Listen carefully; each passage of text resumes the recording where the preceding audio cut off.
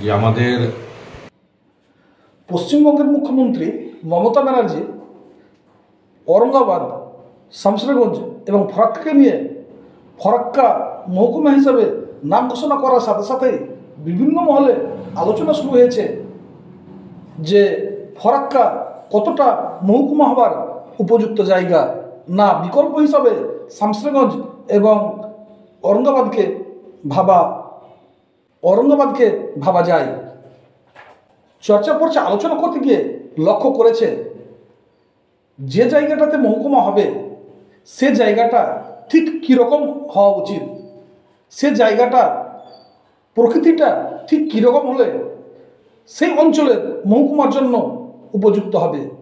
একদিকে যেমন মহকুমার জন্য সে জায়গাটাকেই বেছে নেওয়া উচিত যে জায়গাটা যোগাযোগের জন্য সবচাইতে সুবিধা হবে, অত্র এলাকার সব ধরনের লোক সেইখানে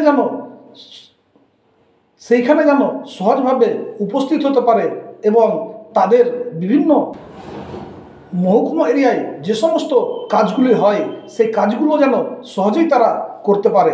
তার সাথে সাথে এইটাও নজরে থাকে যে জায়গাটাতে নতুন মহকুমা হবে সে জায়গাটাতে অফিস কাছারি,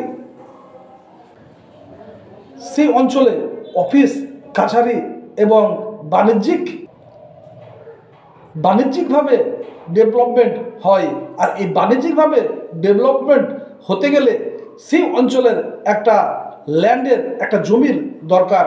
সেই জমিটা পর্যাপ্ত পরিমাণে আছে কি না সেইটাও প্রশাসনিক বিভাগকে অবশ্যই দেখা দরকার। যেটা এলাকার ফরাক্কার ক্ষেত্রে এই শর্তগুলো অনেকটা পূরণ হলেও যে শর্তটা ফরাক্কার ক্ষেত্রে ভয়ঙ্কর একটা আকার নিয়েছে সে জায়গাটা হচ্ছে ফরাক্কা হচ্ছে একটা শিল্প অঞ্চল, আর এই শিল্প অঞ্চলের উপর দিয়ে চলে গেছে ফরাক্কা বাঁধ। পশ্চিমবঙ্গের ভৌগোলিক অবস্থানকে যদি খেয়াল করে দেখা যায় তাহলে পশ্চিমবঙ্গের তিনটে জায়গা খুব স্পর্শকাতর জায়গা।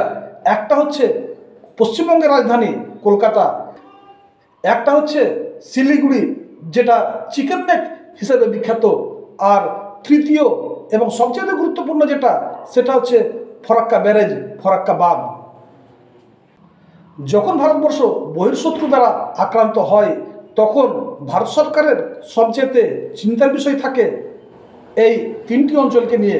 আর এই তিনটি অঞ্চলকে নিয়ে যদি চিন্তার বিষয় থাকে তাহলে ফরাক্কাতে যদি মহকুমা হয় তবে সে জায়গাটা মহকুমা হিসাবে কতটা সঠিক হবে সেটা ভাবার বিষয় এবং অবশ্যই ভাবার বিষয়।